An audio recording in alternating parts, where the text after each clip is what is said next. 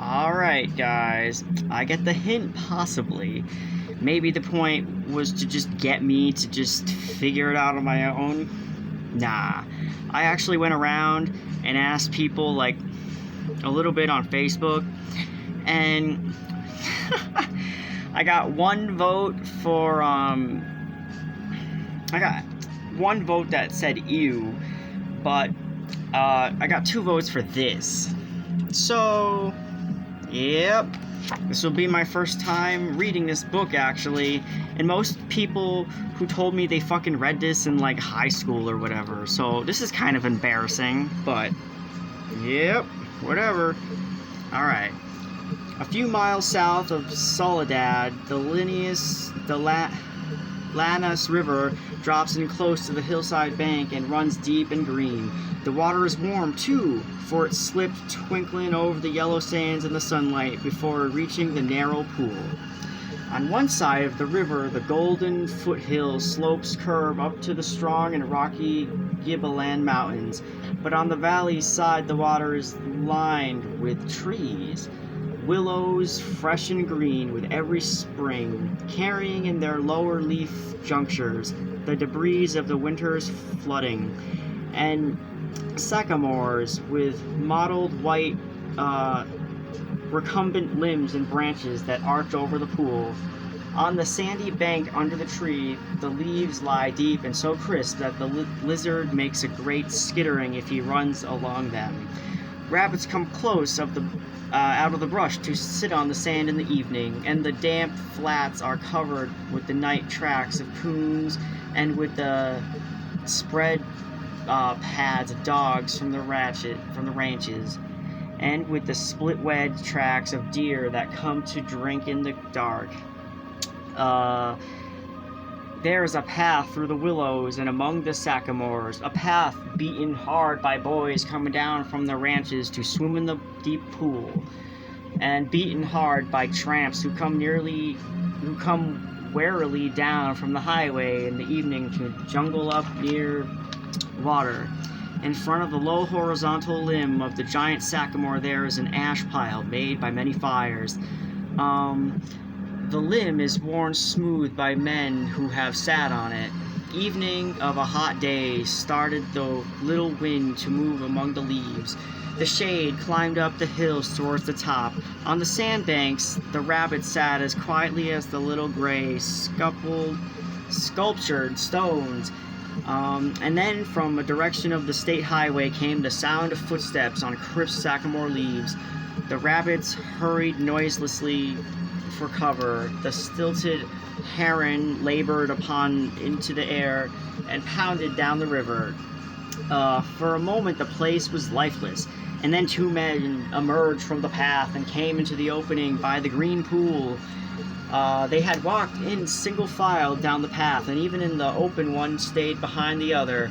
Both were dressed in denim trousers and in denim coats with brass buttons. Both wore black chapless hats, and both carried tight blankets, rolls slung over their shoulders. Tight blankets slung over their shoulders. The first man, who was small and quick, dark of the face, with restless eyes and sharp, strong features. Every part of him was defined: small, strong hands, slender arms, a thin and bony nose. Behind him walked his opposite, a huge man, shapeless of face, with large, pale eyes, with wide, sloping shoulders. Sloping. And he walked heavily, dragging his feet a little, the way a bear drags his paws. His arms did not swing at his side, but hung loosely. The first man stopped short in the clearing, and the follower near ran him over. Wow. That sucks. He took off his hat and wiped the sweat band from his forefinger and snapped the moisture off. His huge companion dropped his blankets and flung himself down and drunk from the surface of the green pool. Drank with long gulps, snorting into the water like a horse. The small man stepped nervously behind him. "Lenny," he said sharply. "Lenny, for God's sakes, don't drink so much." Lenny continued to snort into the pool. The small man leaned over and shook him by the shoulder. "Lenny, you're gonna be sick like you was last night." Lenny dipped his whole head under, hat and all, and then he sat up on the bank, and his hat dripped down on his blue coat and ran down his back. "That's good," he said. "You drink some, George. You take a good big drink." He smiled happily. George unslung his bindle and dropped it gently on the bank. "I ain't sure it's good water," he said. "It looks kind of scummy." Lenny dabbled his big paw in the water and wiggled his fingers so the water arose in little splashes. Rings widened across the pool to the other side and came back again. Lenny watched them go. "Look, George, look what I done."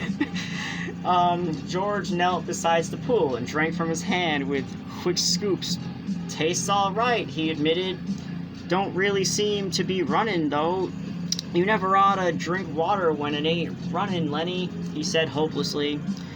You'd drink out of a gutter if you was thirsty." He threw a scoop of water into his face and rubbed it around his hand, under his chin, and around the back of his neck. Then he replaced his hat, pushed himself back from the river, drew up his knees, and embraced them.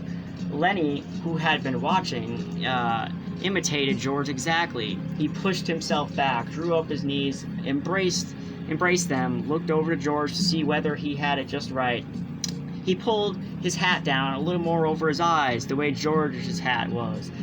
George stared morosely at the water. The rim of his eyes were red with sun glare. He said angrily, "We could just as well have rode clear to the ranch if that bastard bus driver knew what he was talking about."